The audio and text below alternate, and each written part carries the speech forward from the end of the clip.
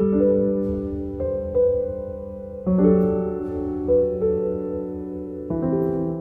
Everyone, আমার একটি নতুন ভিডিওতে তোমাদের সকলকে জানাই অনেক অনেক স্বাগত। আশা করি তোমরা সকলে খুব ভালো আছো আর আমিও খুব ভালো আছি।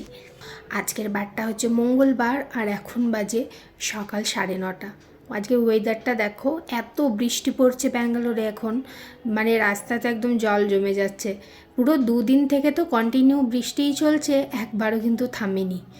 আর এখানে বৃষ্টি পড়লে ওয়েদারটা এত ঠান্ডা হয় যে গায়ে একটা মোটা জ্যাকেট বা একটা সোয়েটার কিন্তু নিতেই হয়।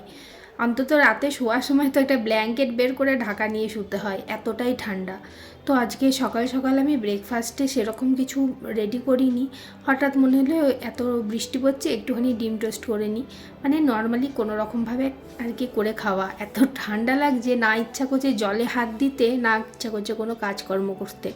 তাওয়াতে অল্প একটু তেল দিয়ে তেলটাকে ভালো করে গোটা তাওয়াটার মধ্যে বুলিয়ে নিলাম। আর তারপরে ওই আগে যে ডিমটা ফেটিয়ে রাখলাম, একটা ডিম নিয়েছিলাম, একটু পেঁয়াজ, একটু কাঁচা লঙ্কা দিয়ে ফেটিয়ে রেখেছিলাম আর নুন। ব্যাস, এই ডিমটাকে দিয়ে দিলাম তাওয়াতে আর চারিদিকে একটুখানি ছড়িয়ে নিচ্ছি। ওই ডিম ফেটিয়ে রেখেছিলাম যে বাটিটায় অল্প অল্প ডিম ছিল, তো যে জায়গাগুলো তাওয়াতে একটু একটু ফাঁক হয়ে আছে ওইগুলোতে দিয়ে দিচ্ছি। এরপরে দুটো ব্রেড নেবো, ব্রেডগুলো ওই ডিমটার ওপরে দিয়ে দেবো।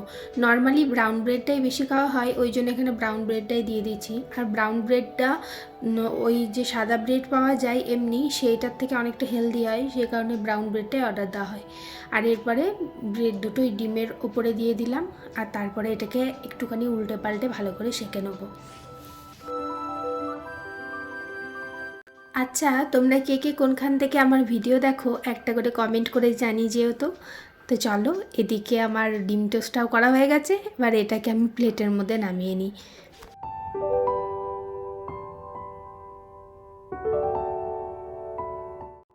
অল্প করে একটুখানি সস নিয়ে নেবো, বেশি সস খেতে ভালো লাগে না, একটুখানি ওই জন্য নিলাম।